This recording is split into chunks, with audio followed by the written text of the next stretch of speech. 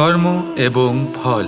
মানুষের স্বভাব হলো এটাই যে তিনি নিজের প্রত্যেক পরিশ্রমের প্রতিফল প্রার্থনা করেন। বেশিরভাগ সময় এই ফলাফলের চিন্তা করতে করতে, কল্পনা করতে করতে উনি কর্ম করতে থাকেন যে আমি এই কাজটা করলে এই ফল পাবো।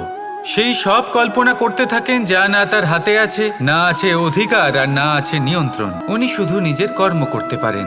উনি কি ফল পাবেন তা তার হাতে কখনোই নেই।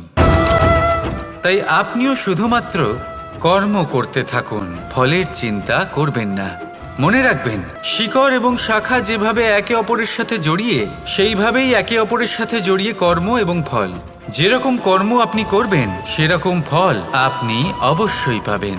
তাই এই ফলের আশায় কর্মের সময় কখনোই নষ্ট করবেন না, কারণ যে ব্যক্তি সময় নষ্ট করেন, সময় সেই ব্যক্তিকে অবশ্যই নষ্ট করে দেয়। কর্ম করুন নিঃস্বার্থভাবে, ফলের চিন্তা করবেন না।